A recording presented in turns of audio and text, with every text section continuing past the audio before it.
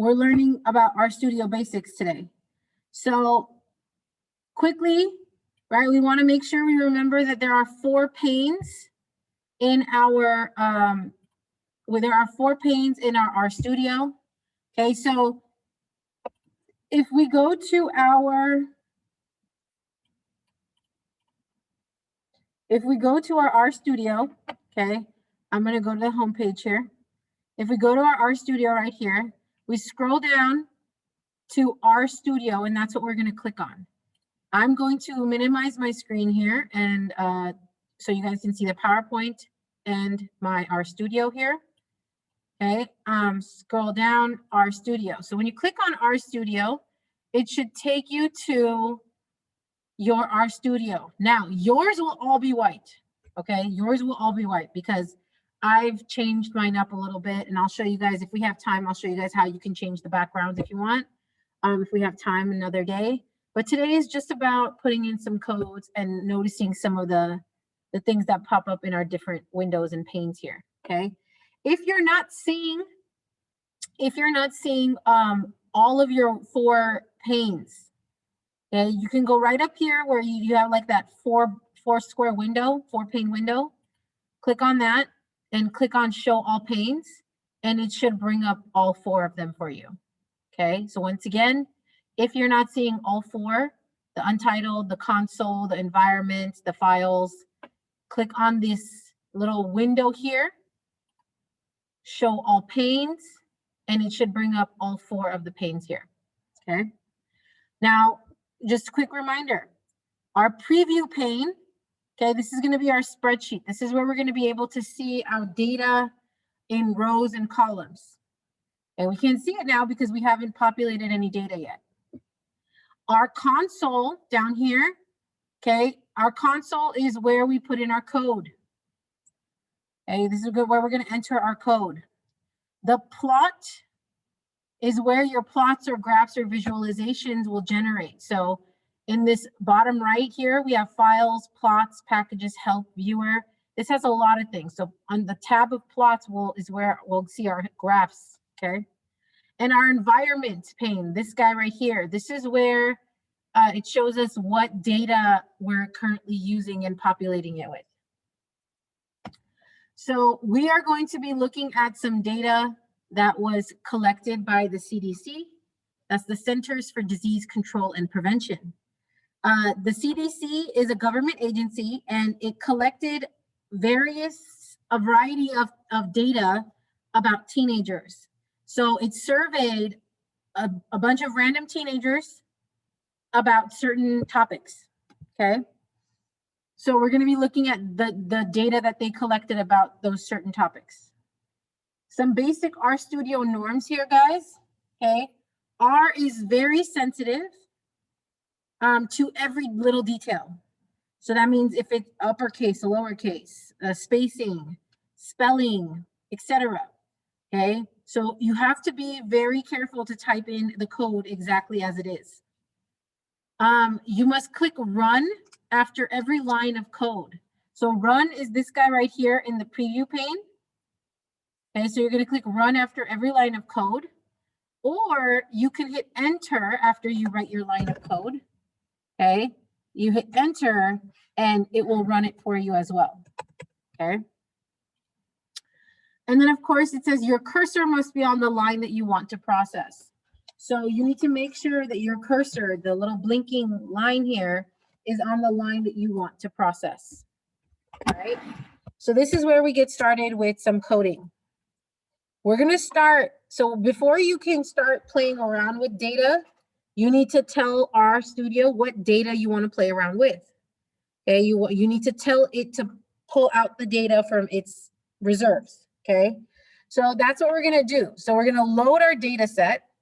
Okay, in our console, we're going to load our data set by typing in data, parentheses, CDC, and then running.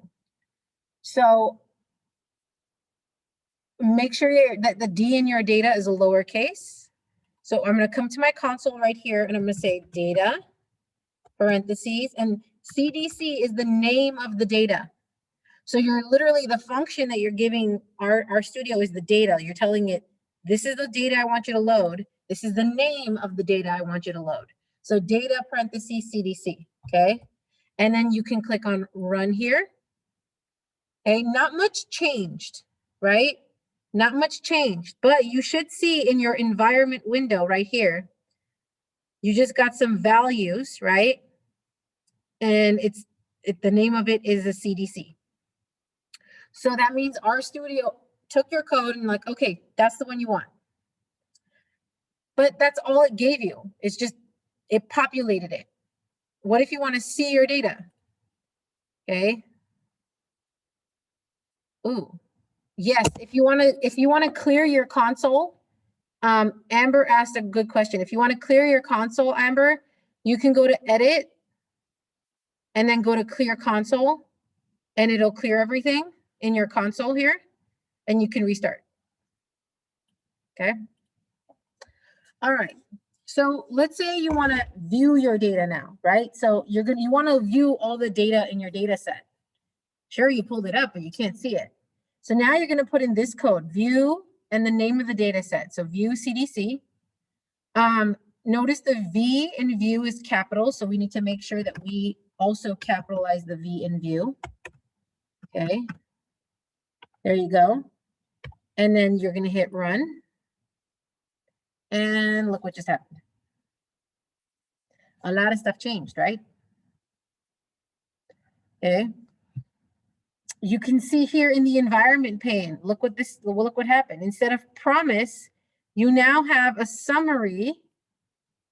You now have a summary of how many observations are in your data set, as well as how many variables. In your preview pane, you can see all of your variables by scrolling right to left. And then if you scroll down, you're going to see all of your observations, all 15,624 of them. Okay. So if I take that cursor and I scroll all the way down, 15,624th observation. Okay. Okay, Melanie Hun, look at my screen. Look at the screen share. Okay. Click on this little window pane. Click on show all panes. It should bring up all four.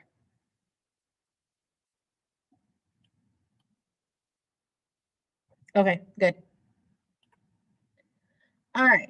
So as you can see, we have a lot. I'm scrolling here, guys. And I'm only on 14,677. It's crazy. So I can just grab this and pull it up. Okay. So we have a lot of, you don't have to, Delani. You don't have to, you can just continue on. It's fine.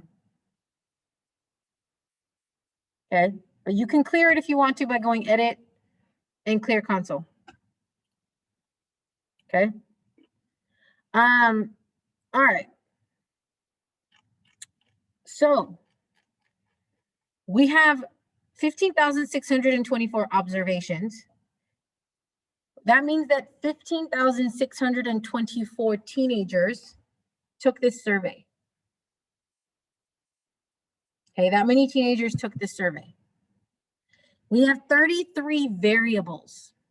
Okay, so we can see some of the variables right here. We can see age, gender, grade, Hispanic, Latino, race, height, weight, and I can scroll to the right and to see the rest of them: helmet, seatbelt, drive text, fights, bully school, bully electronic, depressed, days smoking, days vaping, sexuality, describe weight, drink juice, eat fruit. Oh my gosh, I'm only like halfway through. And what if I want to see a whole list of my variables without having to scroll through all of my data here? What if I want to know exactly how my variables are spelled, because that's going to help me later? Okay. Well, that's going to be our next code. If I want to see a list of all the variables found in my CDC data set, then I'm going to use the following code. I'm going to put in names parentheses, CDC. Okay, so the names code, make sure I spell that correctly, is going to tell me all of the variables in my CDC set. Okay, if I want to come back here to hit run, I just click on the untitled or like the preview there, and I can click on run, or I can come over here right on the cursor, right on the cursor, and hit enter, and bam, there are all my, that's all of my variables, all 33 of my variables. If I want to see my console a little bit bigger so that I'm not scrolling up and down here, I can click this guy right over here, this little, that one, the window that kind of looks bigger, and it'll close my preview pane a little bit and open up my console pane a little bit more. Okay, so now I can see all of my variables listed. I can see age, gender, grade, Hispanic, Latino, race, height, weight, helmet, seatbelt, drive text, fights, bully school, bully electronic, depressed, days smoking, days vaping, sexuality, just describe weight, so on and so forth. Okay, so on and so forth. So we have a lot of interesting variables here. What's the one that stands out the most to you that you're like, huh? Put it in the chat real quick. What's the one that you're like, what the heck? Like, what does that mean? What does that variable represent? What does that mean? From these 33 different variables.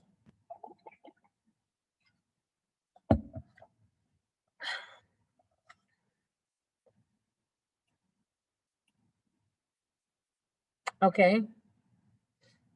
Asthma, describe weight, helmet. Okay, sunburn, days vaping. The sunburn variable is weird. Okay. All right. I think it's a fun thing to survey for. Okay. But what are they actually surveying for, right? Fights. Okay. What are they actually surveying for here? Like for sunburn or fights? Like what do they mean by fights? I got in a fight in what period of time? So our next code is actually going to allow us to see a more detailed description of our variables in the survey. So if we want details about our survey here, we can type in help and then our data set name. So in this case, help CDC, right? And it will give us a more detailed description of our data. So you want to make sure that you're typing it in correctly. So here, I'm going to do something purposely, okay? Suppose I forget that H is lowercase here, and I put an uppercase instead, and I put CDC, right? And I hit run. Look what just happened on my screen. It says error in help CDC could not find the function of help with uppercase H. However, if I put in my lowercase the way I'm supposed to and run, look what just happened, right? On the right side under help, I just got the CDC Youth Risk Behavior Survey data. It gives me a description of the data, a data set containing responses from the CDC Youth Risk Behavior Survey. Okay. If I want to use this data, I have to put in data CDC. See, it tells me. It says data frame with 15,624 observations of 33 variables. We knew that part. Okay. And then it goes into details. Age is in years, gender, sex assigned at birth. Okay, so it's very specifically the sex that was assigned at birth. Grade in school, Hispanic or Latino, whether or not student identifies as Hispanic or Latino. Okay, so on. What's the measurement of height? What measurement are they using for height? What's the unit measurement? Can you guys see it?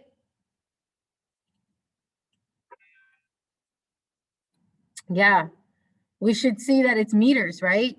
It's right here. Height of students in meters. Look at weight of students in kilograms. Okay, so now some of you guys, the ones that you brought up, right? So one of you guys said asthma. Okay, so what does it mean by asthma? Okay, let's take a look and find asthma here. Asthma. Student diagnosed as having asthma. So asthma is whether or not they're diagnosed as having asthma, okay? Describe weight. That was one Adam wrote. Describe weight. Let's see. Where did, I know it's here. I passed it, I'm pretty sure. Here we go. Describe weight.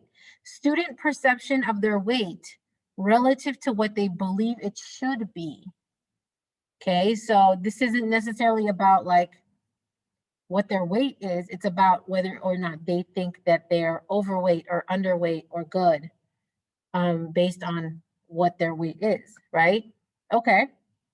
Helmet. Right, someone wrote helmet. Okay, let's see what the helmet is all about. Helmet. How often student wore a helmet while bicycling during the past 12 months? Okay, so it gives a timeline, right? Lena said sunburn. Actually, few people said sunburn. So sunburn, I think, is the last one here. Yeah. How often students reported being sunburned in the past 12 months? So a lot. So in the past year, essentially. Days vaping. Okay, let's see what days vaping is all about. Okay, days vaping. Number of days student reported vaping, smoking electronic cigarettes during the past 30 days. And then days smoking is actually about number of days student reported smoking cigarettes during the past 30 days. Okay. Carter.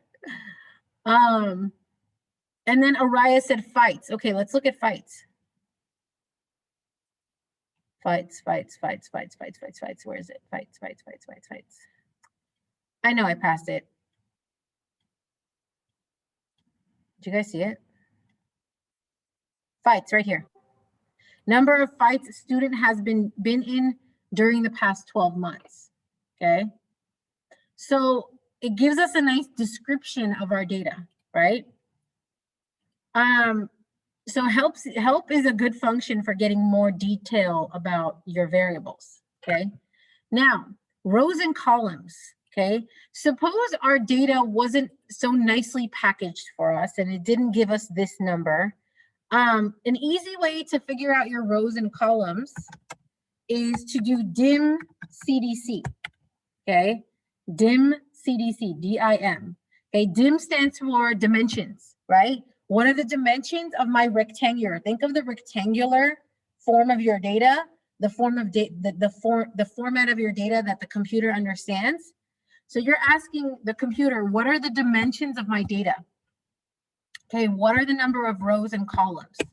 So when you put dim CDC, you get the 1,000, you get the 15,624 and the 33, right? Which one represents your rows? Which one represents your columns? Of this response right here, right? For the dimensions, which one represents your rows? Which one represents your columns for your data?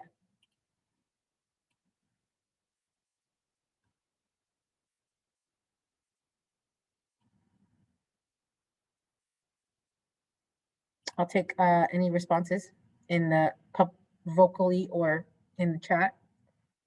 Of these numbers here, which one represents your rows? Which one represents your columns? Did I go too fast there? Can I answer it? Yeah, go ahead. 33 is rows, and the 1,524 is column. No. Oh, Remember that your rows are your observations, right? Think of the rectangular form that we learned about in class. Your rows are your observations. So there's 15,624 observations in this data, which means there's 15,624 rows. Okay, rows are the horizontal lines. It's the guys that go like this, okay? Every row has 33 variable entries. So 33 is your columns because the vertical columns are your variables, okay? So 15,624 represents your rows. 33 represents your columns. Okay. Make sure you get that right. So the rows go horizontally, the columns go vertically. Okay. That's important to know. All right, now we have 15,624 values for every variable, right? So for every single one of these variables, there are 15,624 values. Okay, that means 15,624 teenagers answered these questions.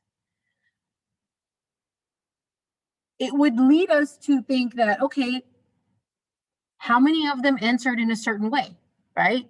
So if I were to drop this down, let's see, go to my CDC data up here in the preview. Let's say I want to know about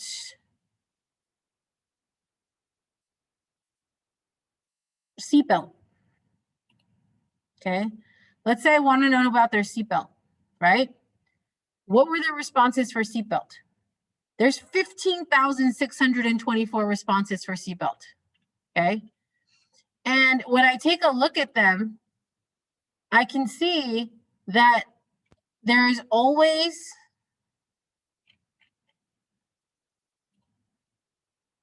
wait, hold on. Yeah, there's always, and then as I scroll down, oh gosh, I did something with my data, but I clicked on the top and it organized it for me. Here we go. We have always, we have most of the time, we have never, we have sometimes, right? And my question is, how many teenagers gave which answer? Like how many teenagers said always? How many teenagers said sometimes? How many teenagers said most of the time? So I'm not going to sit there and count, right? There's 15,624 entries. I'm not going to sit there and count. R can do that for me. So the next code is going to give me a way to tell Rstudio to tally the answers. Okay, so it counts the frequency of each answer for us. So to access the number of observations of a specific variable, we can put in this tally, parentheses, tilde, this is the little squiggle, and then the name of your variable. So in this case, we want to know about seatbelt, right? So seat underscore belt, because that's how seatbelt is spelled right here, seat underscore belt, okay?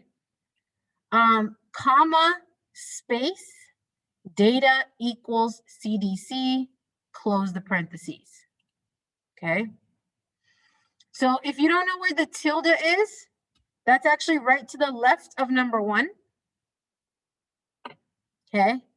If you don't know where the underscore is, it's to the right of 0. It's like, and both of them you have to hit shift, okay? So over here, we're going to put tally, open parentheses, tilde, sorry. And then seat underscore belt, comma, space, data equals, oops, I put equals CDC, okay? And then I'm going to hit enter to run. Ooh, I made a boo-boo. Ooh, watch, look at that. Okay, object seatbelt not found. That means I made a boo-boo in spelling that. So I can take this and copy it, paste it. Oh, come on. My computer is lagging. Okay, copy and paste it, and then fix my error. Seat belt, that's how it's spelled. Hit enter. Haha, there we go. Okay, error analysis, guys. All right.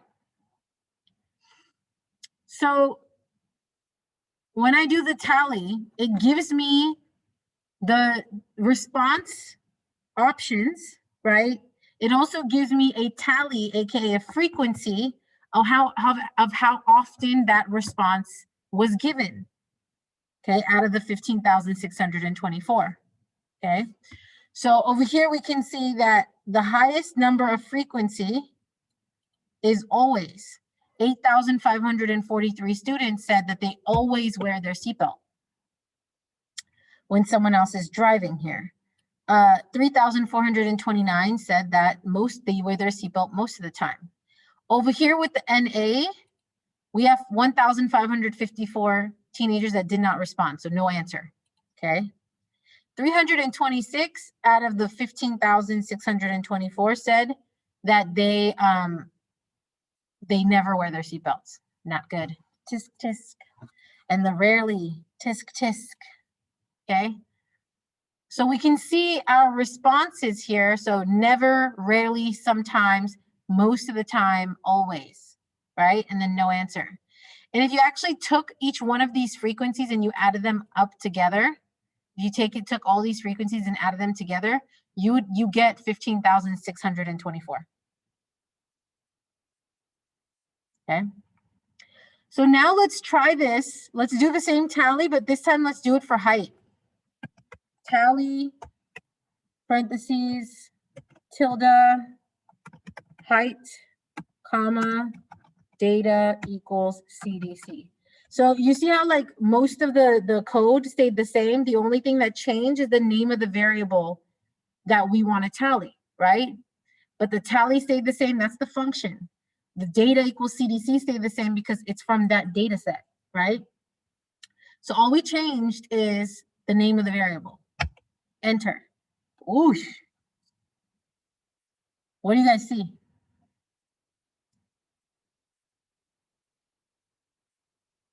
What do you guys see there?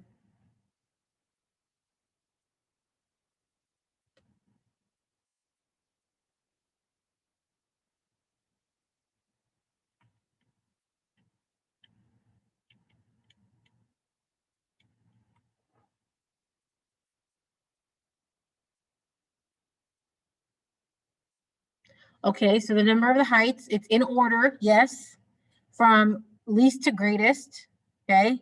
I see a bunch of, here, I'll keep waiting for responses here. I only have 2 out of the 26 of you that are in here.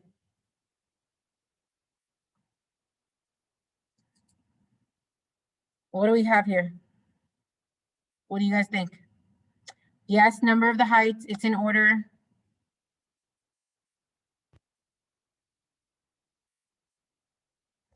Yeah, 1,266 kids did not give a response for their height. Maybe they didn't know their height. Who knows? The height and how many have that same height. Very good, Vanessa. So if you take a look at every two lines, right?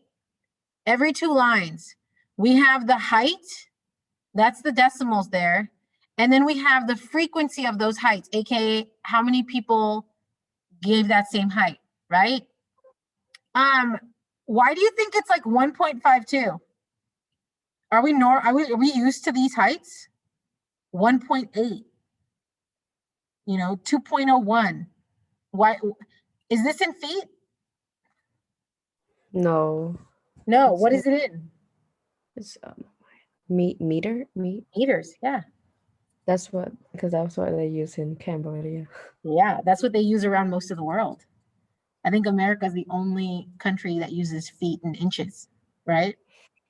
The rest of the world uses the metric system. They use meters, they use centimeters, they use millimeters, kilometers, right? Kilometers, sorry, not kilometers, but kilometers, grams and kilograms, right? So this is in meters. 1 meter is about 3 feet. Okay, so in reality, when it says 1.5, right, we're talking about 1.5 meters. So that's like 3 feet plus 1.5 feet. So that's 4.5 feet, right? So it's not as short. I mean, yeah, that's 4.5 feet is still short, but it's not as small as we might imagine it to be by looking at 1.52, okay? What do you notice about the difference in the values here, right? Remember our 2 types of variables? Remember our 2 types of variables? What were our 2 types of variables that we've talked about in the past? 2 classifications for variables. Is it numerical and Starts with a C. Categorical. Categorical, yes. Good job, guys. Numerical and categorical, team up, right? Yes, numerical and categorical. So if we take a look at seatbelt, which one is seatbelt? Numerical or categorical? What kind of variable is seatbelt? That's categorical. That's most definitely categorical. Very good. What about height? Numerical. Numerical, yes. Alex for the win. Amber coming through with that chat. Good job. Okay. Yeah. So in this situation here from these two data, right, we can see that in the variable seatbelt is what we call categorical variable, and the variable of height is what we call that numerical variable. And just to recap, right, categorical variables have categorical variables have words as a part of the values, right? And numerical variables have numbers as the values. Okay. So we were going to take a look at some other variables here for to look at categorical and numerical. So we could do that to see just how they look, right? So if we wanted to do like eat fruit, okay, or no, you know what? Actually, let's do weight. So one of the cool things about Rstudio is like if we don't want to copy down if we don't want to rewrite the whole code, I can actually copy the code, right? Copy the code or Control C it, and then paste the code or Control V it, and then just go in and edit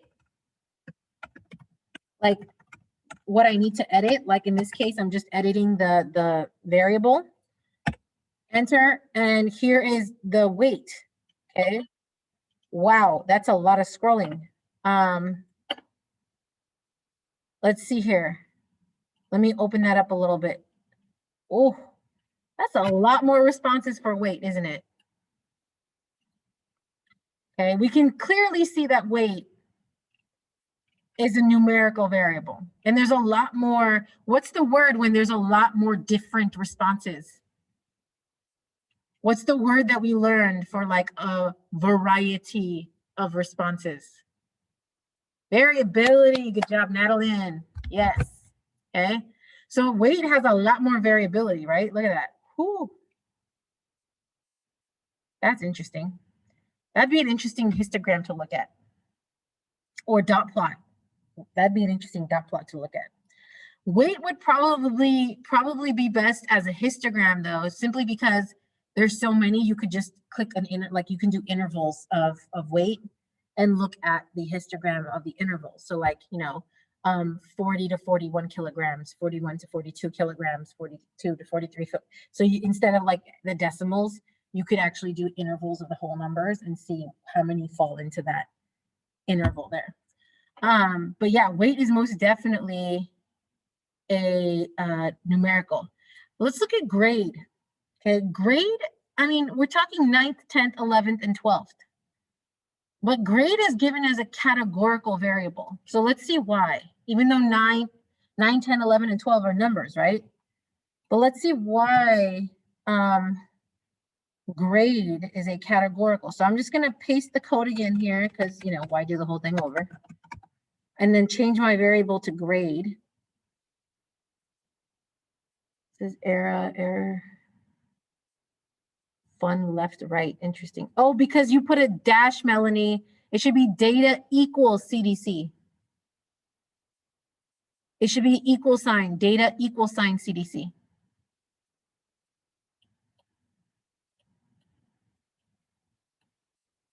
Try it that way.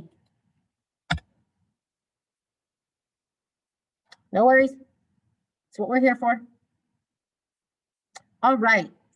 So if you take a look here for grade, can anyone tell me why by looking at the entries for grade or at the values, why this would be considered a categorical variable?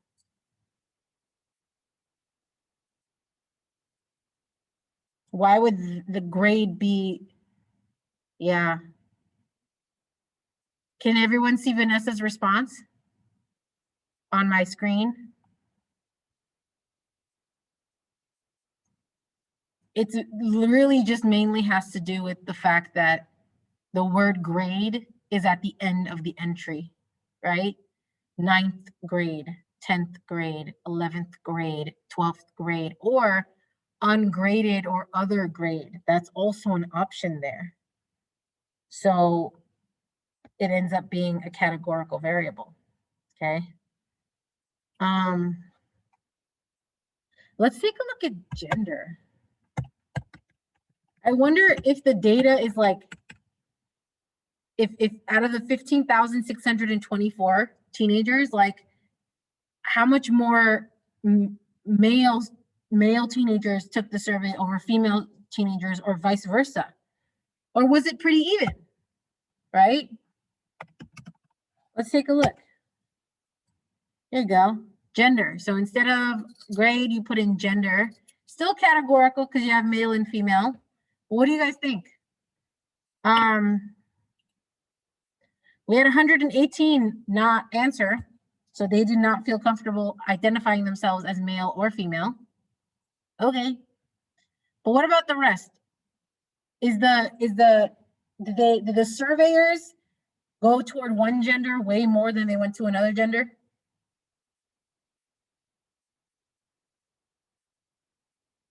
So looking at these numbers, right? What's a statement you can tell me? Give me a nice statement. Let's use that brain, right? Looking at these numbers, what's a statement you can tell me?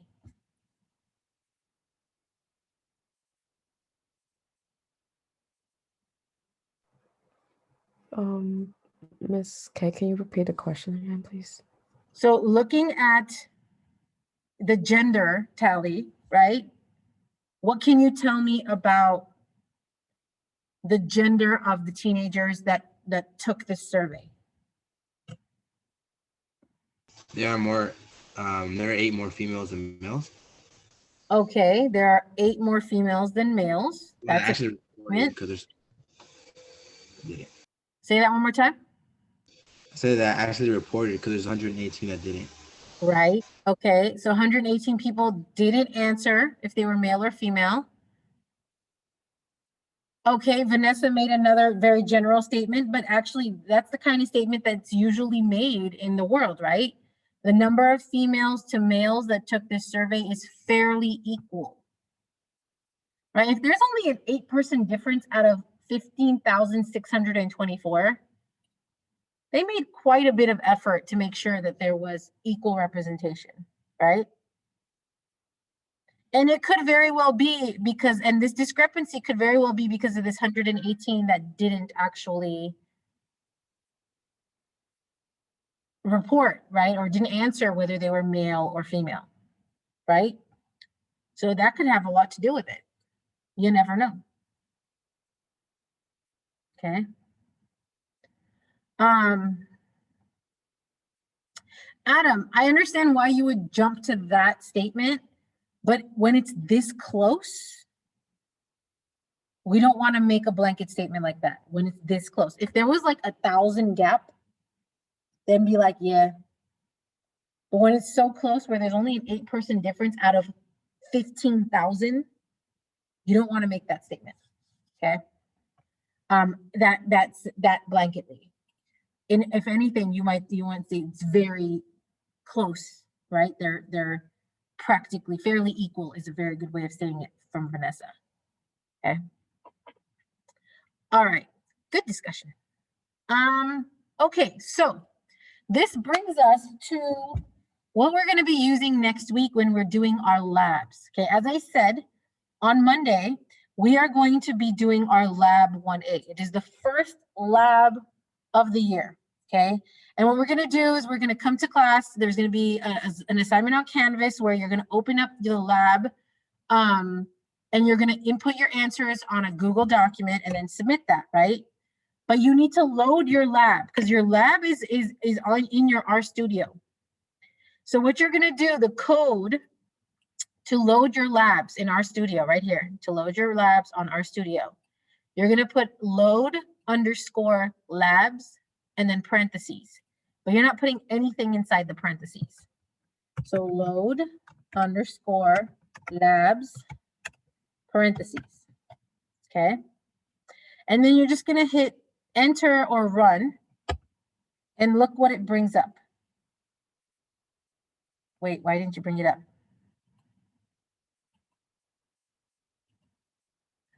Huh. Oh, there we go. Whew. Okay, so we have load underscore labs, and it brings up all of our labs, okay? These are all the labs that we're gonna be doing throughout the year. And when it says 1 in front of it, like 1A, 1B, 1C, 1D, 1E, 1F, all the way to 1H, those are all the labs that are in unit 1. So we're gonna be doing a lot of labs, okay, in unit 1. And then you have a lot of labs in unit 2, 2A all the way to 2I, okay? Unit 3 and unit 4 as well.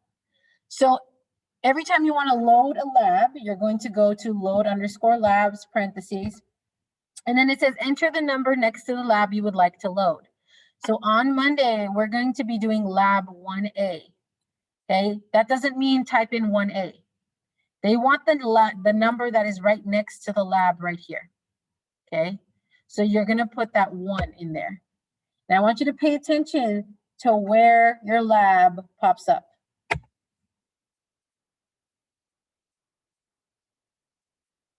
Do you see it? Okay. Your lab should have popped up in the viewer tab in the bottom right corner here.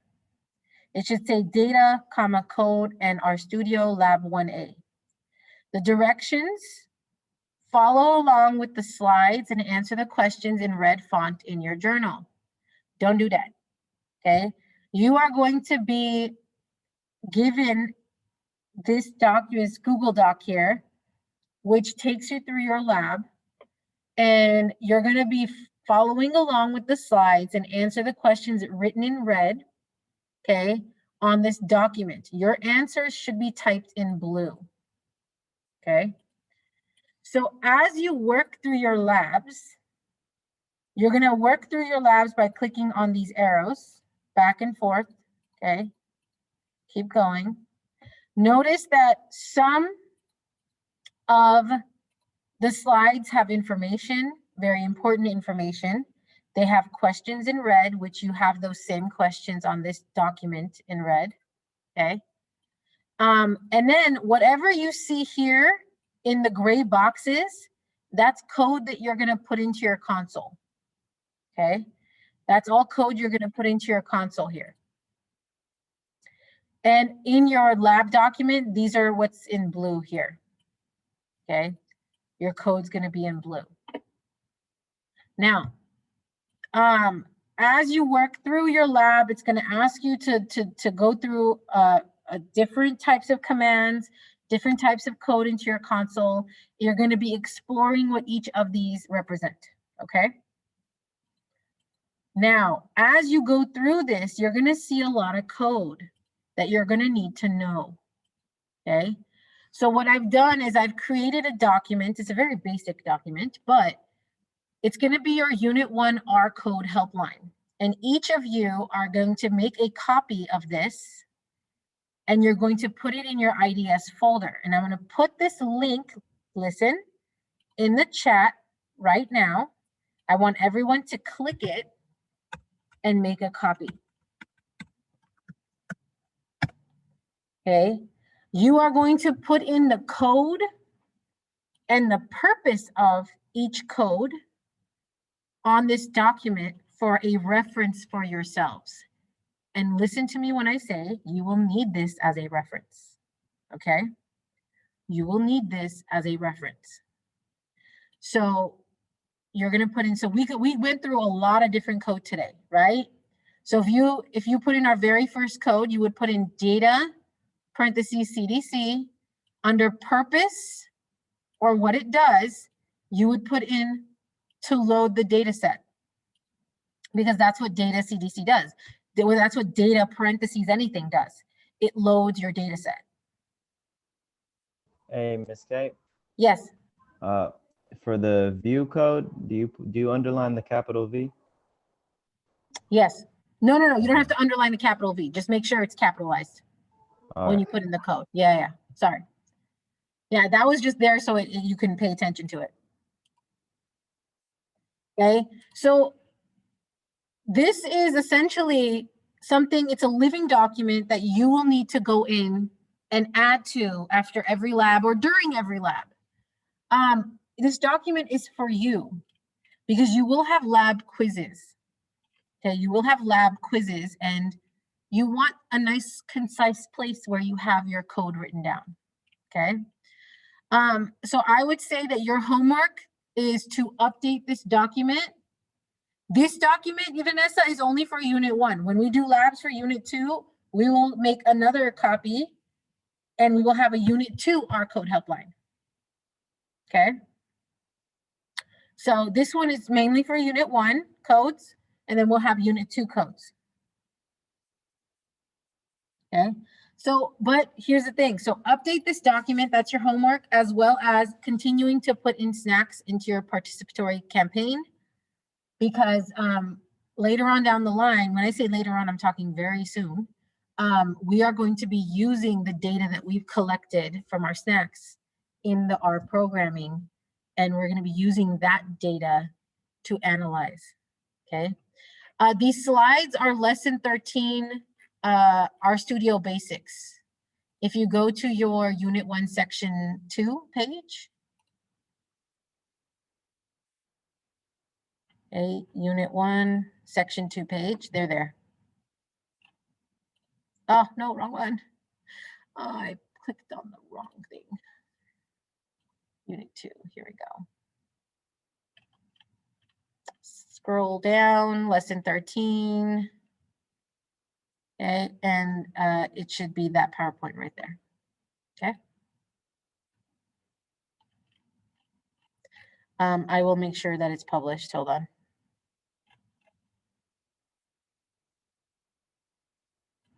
Yeah, it's published, so you should be able to access it. All right, kiddos, class is over. Okay. And I will see you guys. Have a wonderful weekend. Please be safe. I will see you guys on Monday so we can go through our first lab. All right. Bye. Bye, Ms. K. Bye. Be safe.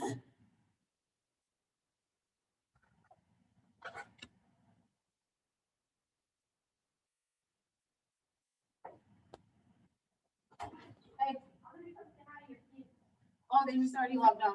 Oh, they just haven't period. Oh, yeah. Haven't logged on yet. Class I was talking about.